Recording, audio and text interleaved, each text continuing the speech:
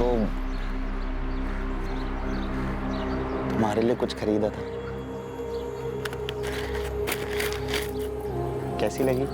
बहुत सुंदर है। पार्वती, किस कर लूं तुम्हें? डरो नहीं, वो अंग्रेजी वाला किस नहीं, सिर्फ गाल पर। अच्छा, हाथ पर।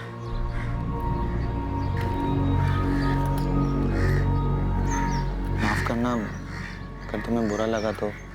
मैंने सोचा हमारी शादी होने वाली है तो शायद तुम्हें बुरा नहीं लगेगा। आजकल हिंदी फिल्मों में भी अंग्रेजी वाला किस करते हैं ना?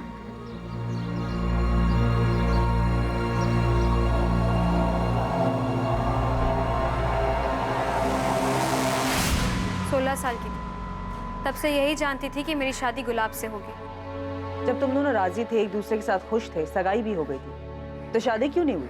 गुलाब ने नहीं की। सगाई के कुछ महीने बाद ही उसकी नौकरी लग गई। फैक्ट्री में सुपरवाइजर बन गया। बस उसके बाद सब बदल गया। अरे भाई, अब दामाद जी सुपरवाइजर बन गए हैं और मैं सोच रहा हूँ अगले महीने की 18 तारीख को शुभ मुहूर्त है, उस दिन दोनों की शादी करवा देते हैं। शादी तो हो ही जाएगी गजेंद्र। जरा लेन देन की बात तो कर लें। अरे यार, लेन देन की बात तय हो चुकी है, मुझे मालूम है। शादी का पूरा खर्चा और 5 लाख दे दूंगा और शादी से पहले दूंगा। गजेंद्र, गुलाब अब सुपरवाइजर बन गया है। सुपरवाइजर का मतलब समझता है? सारे काम का जिम्मा अब उसका होगा। मालिक तो नहीं, लेकिन मालिक से कम रुतबा भी नहीं है उसका। अब 5 लाख में काम नहीं चलेगा। सुपरवाइजर का 10 लाख तो बनता है ना। यार क्या बोल रहे तू मेरे बारे में तो सोच, मैं कहां से लाऊंगा इतना पैसा? भाई साहब, आपसे हो सकता है तो ठीक है, वरना गांव भर से ढेरों रिश्ते आ रहे हैं हमारे गुलाब के लिए। गजेंद्र, गुलाब से बढ़िया लड़का तुझे पार्वती के लिए मिलेगा नहीं। अब अगर रिश्ता टूट गया तो पार्वती का सोच।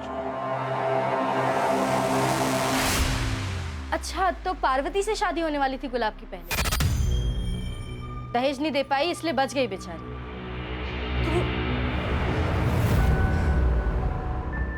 आपने उस गजेंद्र को देखा कैसे सबके सामने मुस्कुरा रहा था? हमारे लापता बेटे का मजाक उड़ा रहा था। कैसे शैतान आदमी से दोस्ती थी आपकी।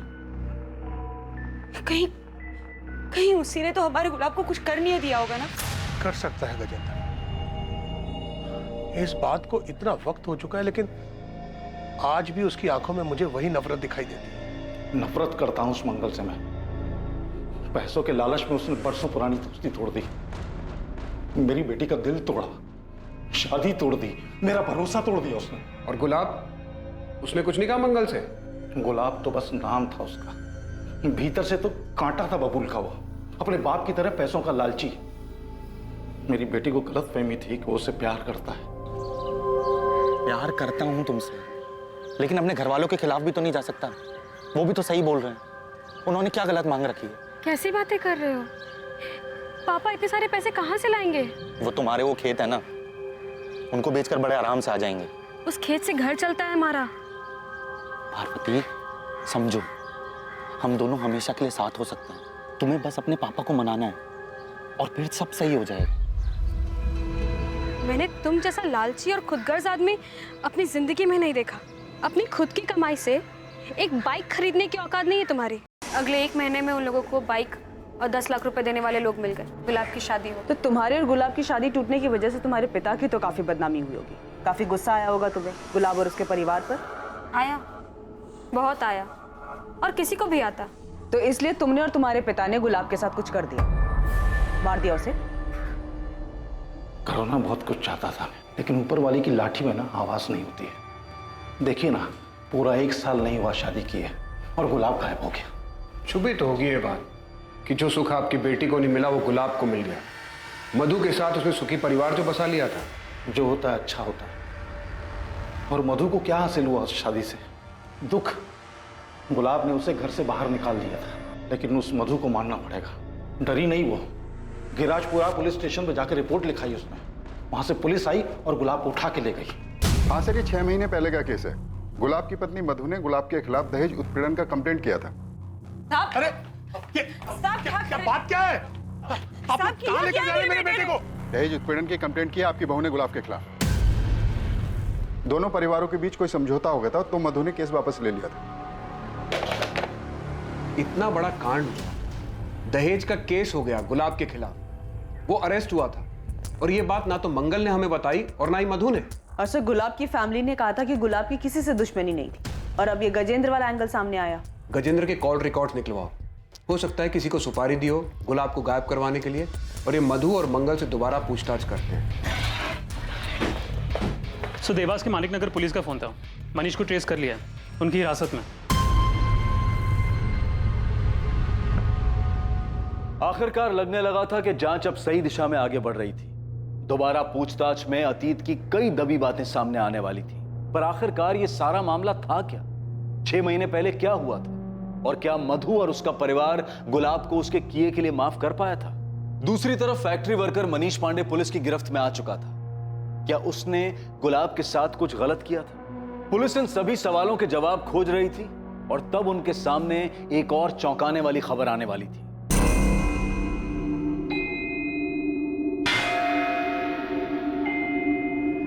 गुलाब को कैसे मारा? नहीं साहब, मैंने गुलाब को नहीं मारा है, कसम से। अब मैं क्यों मारूंगा? बस काम से निकाला गया था इसके लिए।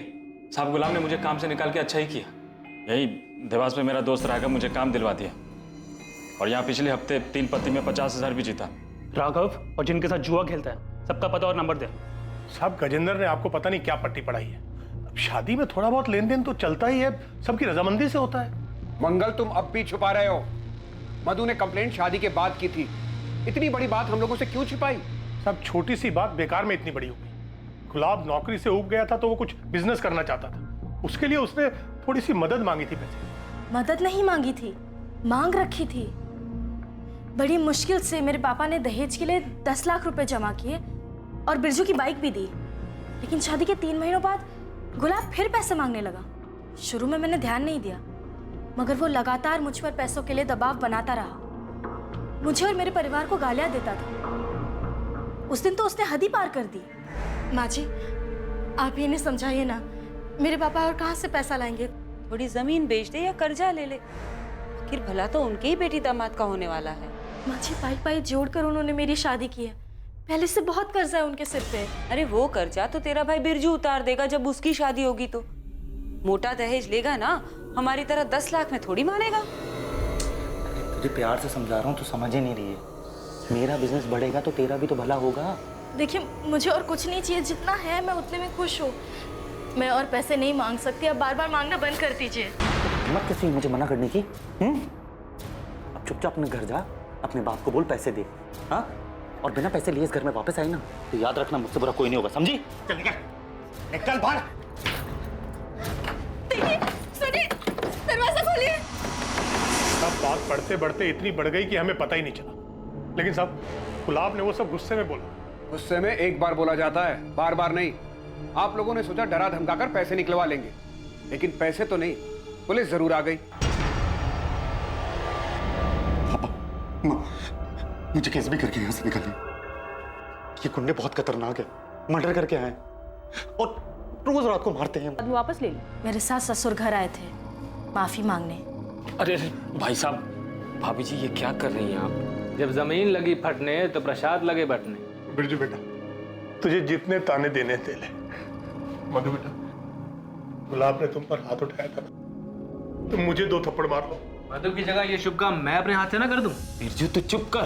तुलसी भाई साहब, आप मधु के भविष्य का विचार कीजिए। अगर शादी टूटेगी तो समाज में सबसे ज्यादा सहन इसी को करना पड़ेगा ना। देख मधु बेटा, वो तेरा पति है, उसको सजा देकर तुम खुद अपना जीवन बर्बाद कर रही हो। माफ कर दो गुलाब को, एक मौका दे दो। सर, मनीष के दोस्त राघव से बात हुई, जिसने उसने देवास में काम दिलवाया था। बाकी जुए में पैसे जीता था मनीष सर, और उसका फ़ोन भी सच में ख़राब हुआ था। सर, लगता नहीं कि गुलाब के गायब होने में इसका कोई हाथ होगा। वैसे मैंने मनीष को देवास छोड़ के जाने से मना किया। सर, अपने सास ससुर को लेके मधु की नाराजगी जाहिर है, तो मुझे नहीं लगता कि मधु गुलाब के साथ ऐसा कुछ करेगी, क्योंकि इसमें उसको कोई फायदा नहीं है। सर, मधु चाहती तो ससुराल आने से मना कर सकती थी, क्योंकि उसकी फुल फैमिली का सपोर्ट था उसे। सर, धीरज का फोन। हाँ धीरज, बोलो। सर, आपने कहा था ना कि गुलाब के बारे में कुछ याद आए तो मैं आपको फ़ोन करके बता दूं। सर, कुछ याद आया। हो सकता है आपके काम की बात हो। तू समझ नहीं रहा है गुलाब, नगमा अपने भाई फैजल से बहुत डरती है। और यार सही भी तो है, अगर फैजल को हमारे बारे में पता चल गया ना तो अगले दिन हमारी लाशें मिलेंगी। ये सब साले ना, ये सारे ऐसे ही होते हैं। मेरा साला बिरजू भी ना ऐसा ही है, उसका बस चले ना तो मेरी जान ले ले वो। सर बिरजू को लेके गुलाब का डर वाकई जायज था। मधु के साथ साथ इस बिरजू और उनके पिता तुलसीदास के भी कॉल और लोकेशन डिटेल्स निकलवाओ। कहीं ये पूरा परिवार शामिल तो नहीं है इस सब में? पुलिस को अभी भी आप पे शक है? शक करने से क्या होता है बेटा, सबूत चाहिए होता है, सबूत। तो मेरी चिंता मत कर, बस तमाशा देखती जा। देख बिरजू, मैं तेरे साथ थाने में अंदर नहीं आ सकता, इसलिए जो बोला है, जितना बोला है उतना ही घुमा घुमा के बताते रहना। गुस्से पर काबू रखना, तो उसका अंजाम सबको भुगतना पड़ेगा। अरे हाँ ना, मुझे पता है वहाँ क्या बोलना। इतना भी बेवकूफ़ नहीं हूँ मैं, इतना तुम समझते हो मुझे।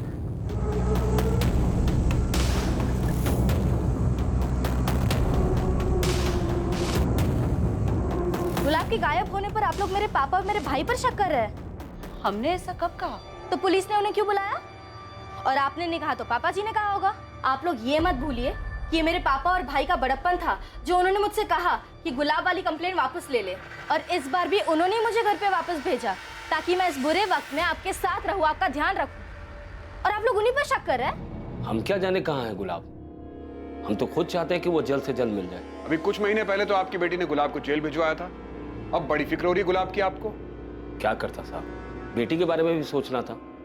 पानी सर के ऊपर जा चुका था इसलिए ऐसा किया, वरना कौन है जो अपने घर के मामलों को पुलिस में ले जाता है। उसके बाद सब ठीक हो गया। गुलाब से खुश थे आप लोग? मैं तो खुश नहीं था। जिस दिन मेरी बहन रोते रोते घर पर आई ना, पूरे का पूरा परिवार नजरों से उतर गया था मेरी। बेटा तू रो मत, मैं बात करता हूँ ना उनसे। अरे क्या बात कर रही है आप उनसे? और क्यों बात कर रही है आपको? क्या वो लोग नहीं जानते दहेज मांगना बुरी बात है, लड़की पे हाथ उठाना बुरी बात है? उनकी हिम्मत कैसे हुई मेरी बहन पे हाथ उठाने की? अरे वो तेरी बहन के ससुराल वाले हैं तो वो। पापा आप उन दहेज खोर से बात नहीं करोगे, बस मुझे पता है लोगों से कैसे निपटना है। अरे तुझे लड़ाई झगड़े के अलावा और कुछ सूझता है? अरे आपको माफी मांगने के अलावा कुछ सूझता है? एक मिनट बिरजू। चाचा जी देखिए, तुम दोनों को सही रास्ता नहीं मिल रहा है, लेकिन मेरे पास सही तरीका है उन दोनों को सबक सिखाने का, और वो भी कायदे कानून में रहकर। बस मधु को हिम्मत दिखानी होगी।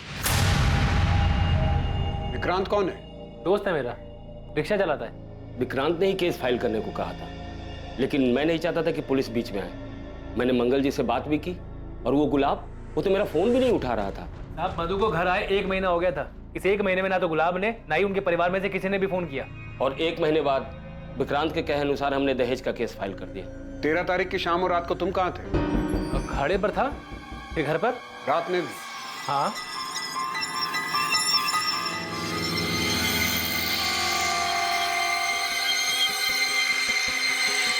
सब ठीक गया ना अंदर? चल चल चल। सर गजेंद्र के फोन रिकॉर्ड और लोकेशन दोनों चेक किया, सब क्लीन है।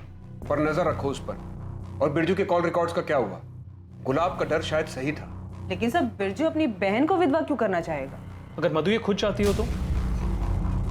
अभी भी कुछ है जो मिसिंग है, कोई लिंक है जो हाथ नहीं आ रहा। मधु बिटिया, ये दवाई दूध के साथ अपनी सास को दे देना, हाँ? बुखार उतर जाएगा। और रुक, मैं ब्लड प्रेशर की दवा लेके आता हूँ। हाँ जी। चाचा जी, सुना है कल तुझे देखने लड़का आने वाला है।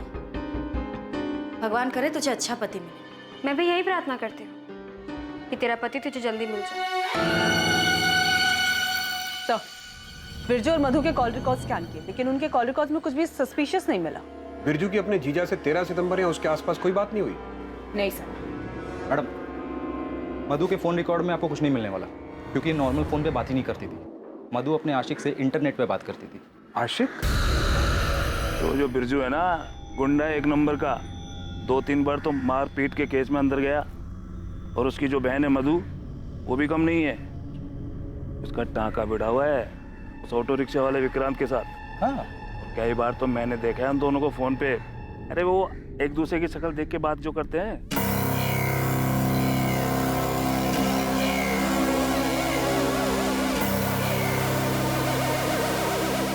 दहेज उत्पीड़न हुआ, तुम्हें घर से निकाला गया और गुलाब का अफेयर। तुमने हमें यह बताया कि गुलाब छुप छुप के किसी से बात करता था, पर जो तुम बात करती थी विक्रांत से, वो तुमने हमें नहीं बताया। इतना रीजन काफी है गुलाब को गायब कराने के लिए? हाँ, मैं मानती हूँ कि मेरा और विक्रांत का रिश्ता है, मगर हम उसके लिए गुलाब को गायब क्यों करेंगे? गुलाब को तो कुछ पता ही नहीं था इसके बारे में। जैसे तुम्हें पता चल गया था कि गुलाब छुप छुप कर किसी से बात करता है, वैसे ही उसे भी पता चल गया हो तो क्या मैं तब भी उसे गायब क्यों करूंगी? विक्रांत तुम्हारे गांव का है, तुम्हारे भाई का करीबी दोस्त। तो शादी से पहले से जानती थी तुम उसे? नहीं, ये गुलाब की वजह से हुआ। मैं जानती थी कि मेरे पापा ने बड़ी मुश्किल से दहेज के पैसे जमा किए थे, इसलिए शादी के बाद मैं सभी को खुश रखना चाहती थी। लेकिन गुलाब के घर से निकाले जाने के बाद मैं टूट सी गई थी। ऐसे में विक्रांत ने मुझे संभाला। मधु, तुम ऐसे कभी नहीं थी, इतनी बेचारी, इतनी कमजोर। अब हालात बदल चुके हैं विक्रांत। अब मैं वो औरत हूँ जो अपने पति के लिए रोती है, वो पति जिसने उसे घर से बाहर निकालने से पहले एक बार भी नहीं सोचा। नहीं मधु, इस हालत में मैं तुम्हें देख नहीं सकता हूँ मधु। तुम्हें मेरी इतनी चिंता कब से होने लगी? चिंता तो हमेशा से ही थी मधु। तुम्हारी शादी के बाद भी मैं तुम्हें भूल नहीं पाया। अगर हिम्मत करके पहले ही सब बता दिया होता तो शायद आज ये सब नहीं हो रहा होता। मैंने गलती करी है और मैं ये नहीं चाहता हूँ कि तुम भी वही गलती दोहराओ। तुम्हें जो सही लगे वो करो, मैं हमेशा तुम्हारे साथ रहूंगा। अपने हक के लिए लड़ो, उसके लिए लड़ो जिससे तुम्हें खुशी मिलती हो। विक्रांत ने मेरा साथ दिया, मेरी हिम्मत बढ़ाई। प्यार करता है वो मुझसे। वो तो चाहता ही नहीं था कि मैं गुलाब के घर वापस जाऊं। लेकिन तुम अपने ससुराल वापस गई क्यों? तुम नहीं प्यार करते विक्रांत से? बिल्कुल करती हूँ, लेकिन मुझे उन लोगों से बदला लेना है। इतनी आसानी से छोड़ने वाली नहीं थी मैं गुलाब को। शादी के कुछ ही महीनों बाद उसने दहेज के लिए मुझे सताना चालू कर दिया। और बदले का गुस्सा तुम पर इस कदर हावी हो गया कि तुमने हमेशा के लिए गुलाब को रास्ते से ही हटा दिया। नहीं, मैंने ऐसा कुछ नहीं किया। गुलाब ने तुम्हें सताया, तुम्हें परेशान किया, जिसका तुम बदला लेना चाहती थी। तो तुम्हारा ये बदला लेने में तुम्हारी मदद किसने की? विक्रांत ने या तुम्हारे भाई बिरजू ने? उन दोनों ने कुछ नहीं किया है। बिरजू को तो कोई भनक भी नहीं थी मेरे और विक्रांत के रिश्ते के बारे में। तो ये तुमने किसी और से करवाया? नहीं, लेकिन क्या? मुझे लगता तू मधु है ना बेटा, गुलाब की पत्नी? जी काका, नमस्ते। क्या हुआ, क्या ढूंढ रही? कुछ खो गया क्या? काका, वो मेरी चप्पल नहीं मिल रही। ओहो, इतने सारे जूते चप्पलों में एक चप्पल को ढूंढना कितना मुश्किल है। तो इतने गुमशुदा लोगों के बीच एक आदमी कैसे मिलेगा? बेटा, मैंने तो सुना था तू समझदार है। तू इस घर में कैसे आ गई? तुझे कोई और घर मिल जाएगा। मैं बता रहा हूँ, गुलाब तेरे लायक नहीं है और वो कभी लौट के नहीं आएगी। चलता हूँ। हाँ, मैं मिला था मधु से मंदिर के बाहर, पर मैंने उससे सिर्फ इतना पूछा कि वापस क्यों आ गई। ये नहीं कहा कि गुलाब कभी लौटेगा नहीं। झूठ बोल रही है वो। ऐसे क्यों देख रहे हैं? आपको क्या लगता है मैं झूठ बोल रहा हूँ? हाँ बिल्कुल, वो झूठ बोल रहे हैं। मधु ने हमें बताया था। मैं जानता हूँ उस गजेंद्र को, वो बोल सकता है ऐसे। इन दोनों में से एक तो झूठ बोल रहा है, लेकिन कौन झूठ बोल रहा है? ऐसा कोई ठोस सबूत भी नहीं है कि दोनों की पूछताछ करके सच उगलवा सके। बिरजू की लोकेशन डिटेल्स कब तक आ रही है? सर, जल्द से जल्द भेजने को कहा। और विक्रांत का क्या हुआ? उसको आज बुलाए सर। सर, मैं मधु से प्यार करता हूँ और चाहता हूँ कि वो गुलाब से तलाक ले ले। अब माफी मांग ली ना उन्होंने, गुलाब भी अंदर है। बहुत हो गया यार, अब तलाक दे दो उसे, हम शादी कर लेंगे। तुम समझ नहीं रहे हो विक्रांत। गुलाब और उसके परिवार ने जो मेरे पापा और मुझे बेइज्जत किया है ना, उसका बदला लिए बिना मैं उसे छोड़ने वाली नहीं हूँ। और मेरा क्या, हमारा क्या? मैं ये चाहता हूँ कि हम दोनों की शादी जल्द से जल्द हो। तुम्हें पाने के लिए मुझे और क्या करना होगा मधु? मधु को पाने का कोई और रास्ता नहीं था तेरे पास, इसलिए मजबूरी में मारा गुलाब को। नहीं सर, मैंने गुलाब को नहीं मारा। मैं जानता हूँ ये तेरा ही काम है। तुझे मधु चाहिए थी ना, और मधु को वहां बदला लेना था, इसलिए तूने पूरा मामला ही साफ कर दिया। साहब, आपकी गलतफहमी हुई है। मैं तुझे यहाँ से बाहर नहीं जाने दूंगा जब तक तू सच नहीं बता देता। सर, बिरजू के बारे में कुछ पता चला है? सही है, बिरजू का लोकेशन रिकॉर्ड।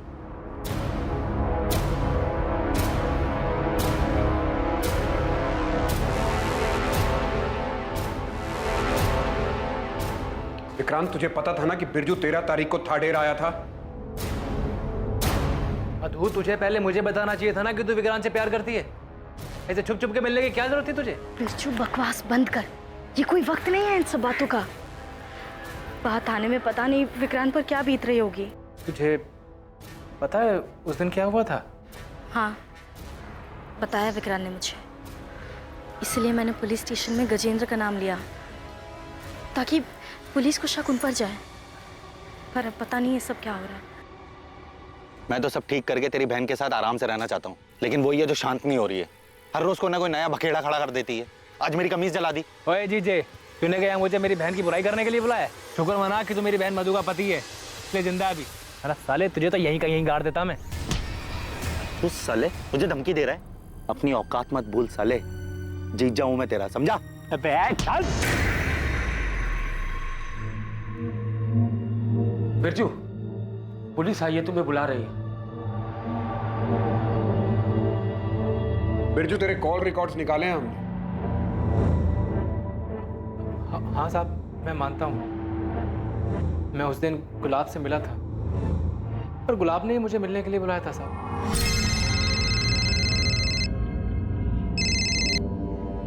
कौन?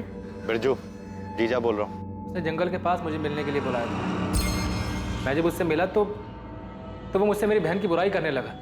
मेरा कॉलर पकड़ लिया उसने, मैंने भी धक्का दे दिया उसे, क्योंकि जब से उसने मेरी बहन को घर से निकाला है मैं तब से उस पर गुस्सा था। सितंबर को तुझे कॉल करके बुलाया, जबकि हमें गुलाब चंडल की फोन रिकॉर्ड में तेरा नंबर ही नहीं दिखा और ना ही तेरे फोन रिकॉर्ड में ऐसा कुछ मिला। अब उसने वो चैटिंग वाली ऐप से फोन किया था। अच्छा, तो बिरजू तेरे मोबाइल के चैट ऐप वाले कॉल लॉग में गुलाब का नंबर क्यों नहीं है? गुलाब जब लापता हुआ तो मैं डर गया था, सब डिलीट कर दिया। जितने बहाने बनाने हैं बना ले, तेरे खिलाफ सबूत हैं और गवाह भी।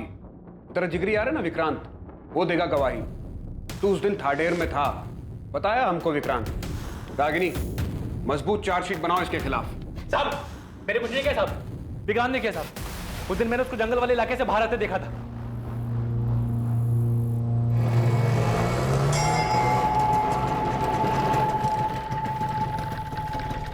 तू ये क्या कर रहा है? अरे वो थाडेर की सवारी मिली तो आ गए यहाँ पे।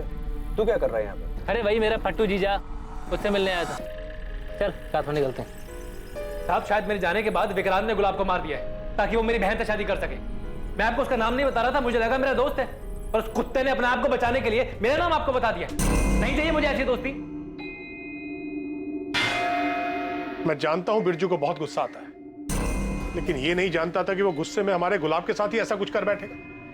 नहीं, बिरजू अपने जीजा को नहीं मार सकता। हम तुम्हारी बात कैसे मान ले? तुमने खुद ने गजेंद्र का झूठा नाम लिया था, अपने कानों से सुना था मैंने। साले देख बिरजू, पुलिस तेरी फोन की लोकेशन जानती है।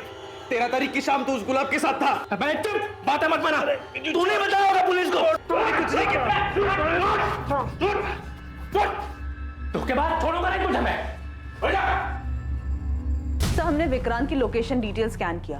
13 सितंबर को विक्रांत का फोन कुछ टाइम के लिए बंद था, शाम को 4 बजे से लेकर रात को 9 बजे तक। उसका कहना है कि सवारी ढूंढने के चक्कर में उसने अपना फोन चार्ज नहीं किया और जब वो घर पहुंचा तो रात को 9 बजे उसने अपना फोन चालू किया। इतना काफी नहीं होगा उसे इंटेरोगेट करने के लिए। सर, ये विक्रांत और बिरजू पहले एक दूसरे के साथ थे, अब एक दूसरे का नाम ले रहे हैं। हमने उन दोनों के एक दूसरे के खिलाफ तो कर दिया है। बिरजू की कॉल डिटेल्स उसके खिलाफ मजबूत सबूत है, लेकिन विक्रांत के खिलाफ हमारे पास कोई तगड़ी चीज नहीं है। बिरजू के हिसाब से विक्रांत उस शाम थाडेर में ही था। अगर उसका फोन ऑन होता तो ये बात पक्की हो जाती। सर, मधु आई है, बिरजू और विक्रांत से मिलना है उसे। मिलने दो, मगर नजर रखो उस पर। मधु, शायद विक्रांत ने गुलाब को मार दिया है। बिरजू, तू ये क्या कह रहा है? बस सच कह रहा हूँ मधु। उस दिन जब मैं गुलाब से मिला था, उससे मिलने के बाद काफी देर तक मैं रिश्ते का इंतजार करता रहा। उसी बीच विक्रांत गुलाब से मिला होगा, उसे जान से मार दिया होगा। जब वो मुझसे मिला तो सवारी का बहाना बनाने लगा, लेकिन बात कुछ हो रही थी। उसने तुझे पाने के लिए जान से मार दिया गुलाब को। यहाँ हम दहेज मांगने के लिए शर्मिंदा होते रहे और वहां उन सब ने मिलकर गुलाब को मारने की साजिश रच ली। मैं छोड़ूंगा नहीं सबको, किसी को नहीं किया। साहब, मैं उसके और मधु के बारे में कुछ नहीं जानता था, लेकिन मैंने उसको बचपन से देखा, काफी समझदार है, ऐसा कुछ नहीं करेगा वो। मैं जानता हूं मेरे बेटे को किसने मारा। आप शिकायत लिखिए साहब, मैं बताता हूं आपको उन लोगों के नाम। फांसी पर चढ़ा दीजिए उन लोगों को जिन्होंने मिलकर मेरे बेटे को मारा है। किसने मारा है? मधु, उसका भाई बिरजू, उसका बाप तुलसीदास और वो विक्रांत जिसका चक्कर है मधु के साथ, इन सब ने मिलकर मेरे बेकसूर बेटे को मारा। ये क्या बात कर रहे हैं मंगल जी? हम मारेंगे अपने दामाद को? हाँ, हमने ऐसा कुछ नहीं किया। हम दहेज मांगने की बात पे थोड़ा गुस्सा थे, पर कुछ नहीं किया हमने। तुम लोग गुस्सा थे? इतना गुस्सा कि मेरे बेटे की जान ले ली? छोड़ूंगा नहीं मैं किसी को, आखिरी सांस तक लड़ूंगा मैं इंसाफ के लिए। साहब छोड़िए मत इनको, इन सब लोगों ने मिलकर मेरे बेटे की जान ली है। मंगल की लिखित शिकायत देने के बाद तुलसीदास, बिरजू और विक्रांत से लॉकअप में कुछ दिनों के लिए पूछताछ की गई, लेकिन दोनों ने ना ही अपना जुर्म कबूल किया और ना ये बताया कि गुलाब की डेड बॉडी कहां है। मधु से भी कड़ी पूछताछ की गई, लेकिन उसने भी अपना जुर्म कबूल नहीं किया। इस केस को सर्कमस्टेंशियल एविडेंस के आधार पर मर्डर केस की तरह क्लोज कर दिया गया। एसपी सर से बात हुई, उन्होंने बताया कि मंगल इस केस को लेकर काफी ऊपर तक गया है। बहुत हंगामा मचाया उसने ताकि कोई एक्यूज न छूटे। लेकिन सर, उन लोगों के खिलाफ सिर्फ सर्कमस्टेंशियल एविडेंस है और किसी ने कन्फेस भी नहीं किया। इसीलिए हमें एक मजबूत चार्जशीट बनानी होगी। लेकिन सर, हमें अभी तक गुलाब की डेड बॉडी नहीं मिली है, तो फिर क्लोजर रिपोर्ट कैसे फाइल होगी? रागिनी, ये जरूरी नहीं है कि हर बार परफेक्ट क्लोजर मिले। सर्कमस्टांसेस एविडेंस से भी मजबूत केस बनाया जा सकता है, जो सजा दिलवाने के लिए काफी होगा। पुलिस ने मधु, तुलसीदास, बिरजू और विक्रांत के खिलाफ चार्जशीट दायर की और अदालत ने उन्हें जुडिशियल कस्टडी में भेज दिया। आखिरकार पुलिस की इन्वेस्टिगेशन खत्म हुई और मामला अदालत पर पहुंचने के बाद फैसले का इंतजार होने लगा। पुलिस दूसरे केसेस में बिजी हो गई। गुलाब के माता पिता अपने बेटे की मौत से शोक और तकलीफ में थे और जिंदगी की इस हकीकत का सामना कर रहे थे। गुलाब की बॉडी ना मिलने से उन्हें समापन भी नहीं मिल पा रहा। कुछ वक्त के बाद मधु को बेल मिल गई और वो अपने पिता के घर रहने लगी। 2 साल बाद एक ऐसा संयोग होने वाला था जो इस अधूरे केस को पूरा करने वाला था। गुलाब मर्डर केस जो अब तक पुरानी फाइलों में दफन था, वो फिर से खुलने वाला था।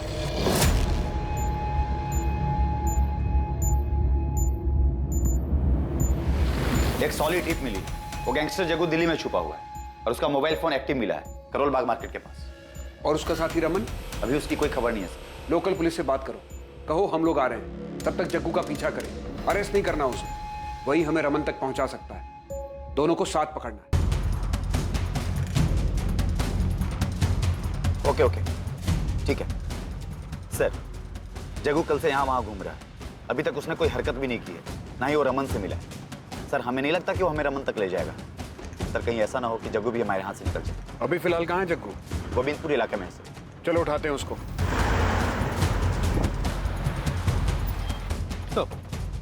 कहाँ है जग्गू? मार्केट के आगे वाले मोहल्ले में छुपा है।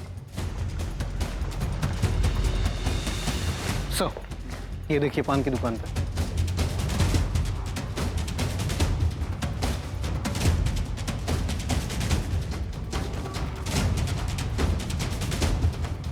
जग्गू,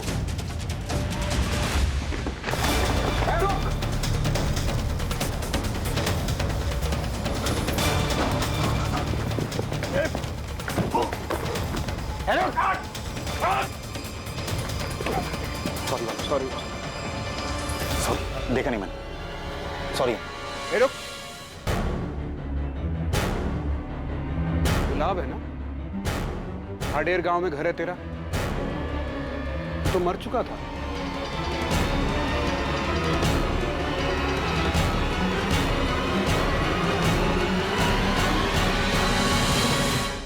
तो पुलिस के साथ खेल खेला तूने, तो यहां आ गया, सबको लगा मर गया गुलाब चंदेल। कौन गुलाब साहब? मैं किसी गुलाब को नहीं जानता, मेरा नाम तो गुलशन है।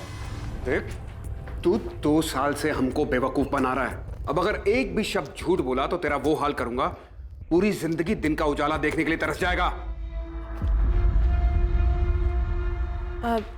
वो बड़े साहब से मिलना है, यहाँ से फोन आया था मुझे। आपका नाम? श्वेता। परिवार को अपने ही मर्डर केस में फंसाकर भाग जाने का। अब सब कुछ सच सच बता दे। उस दहेज के केस के बाद बहुत बेइज्जती हुई साहब मेरी।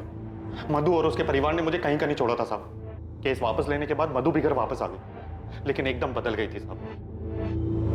वो मुझे ताना मारने, मुझे जलील करने और मुझे तकलीफ देने का एक मौका नहीं छोड़ती थी। तूने जो दूसरों के साथ बर्ताव किया, ये सब उसी का नतीजा था। आगे बोल। उसके बाद मैं श्वेता से मिला। तुम गुलाब की पत्नी हो, हाँ सर। सर मेरे पति बेकसूर हैं, उन्होंने कुछ भी नहीं किया। हम लोग तो बस थाडेर से सब कुछ छोड़कर यहाँ आ गए थे। तुम कब और कैसे मिली गुलाब से? सर 2015 में मेरे पहले पति की मौत हो गई थी। बहुत अकेली हो गई थी। मेरे ससुराल वालों को लगता था कि मैं अशुभ हूँ उनके लिए। मेरी वजह से उनके बेटे की मौत हुई। जैसे तैसे ठोकरें खाकर कुछ वक्त गुजारा मैंने, लेकिन फिर हिम्मत जुटाई और एक फैक्ट्री में काम करने लगी। गुलाब वहाँ पर सुपरवाइजर थे। मेरे लिए उनका बर्ताव बाकी सबसे बहुत अलग था, बहुत अच्छा। वाह, हमारा हाथ तो बड़ा तेज चल रहा है। अच्छा सुनो, आज 1 घंटे का ओवर टाइम कर लोगी? शीला नहीं आई है ना, और ये सारा काम आज ही खत्म करना है। फिक्र मत करो, तुम्हें ओवर टाइम का अलग से पैसा मिलेगा। हाँ कर लूँगी।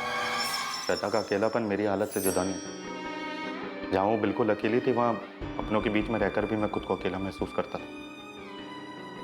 श्वेता अक्सर ओवर टाइम करती थी साहब, और इसी बीच हम दोनों के बीच में काफी बातें होने लगी।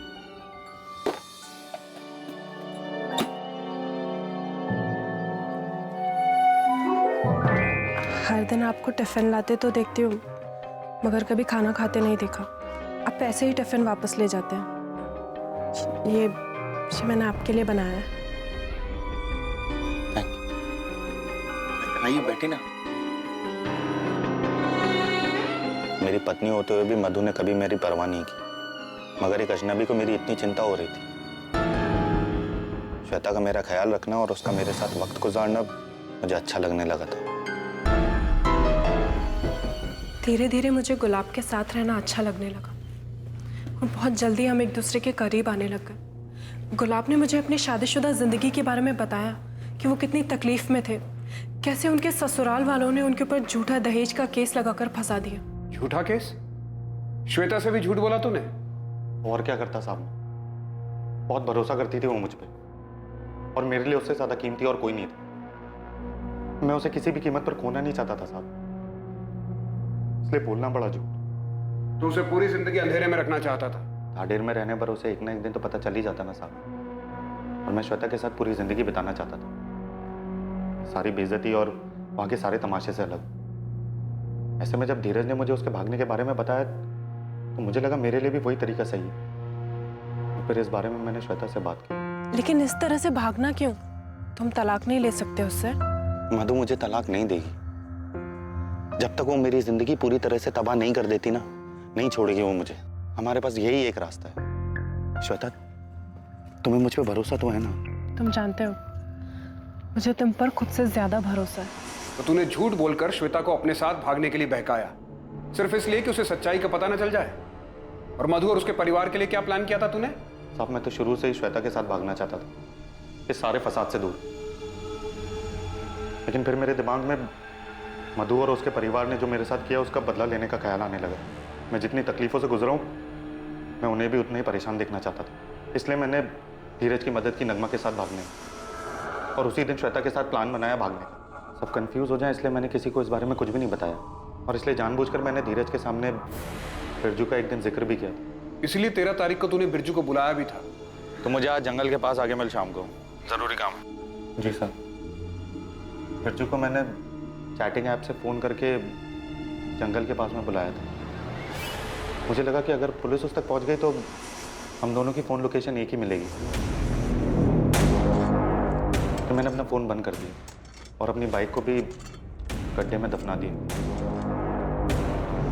तू चाहता था कि हम बाइक तक पहुंचे और समझे कि किसी ने तेरे साथ कुछ करके बाइक को दफना दिया। फिर बाकी का काम तेरे परिवार पर अतीत में लगा दहेज का केस, धीरज का स्टेटमेंट और बिरजू का फोन लोकेशन कर देगा। और विक्रांत के लिए क्या प्लान किया था तूने? सर विक्रांत के लिए क्या?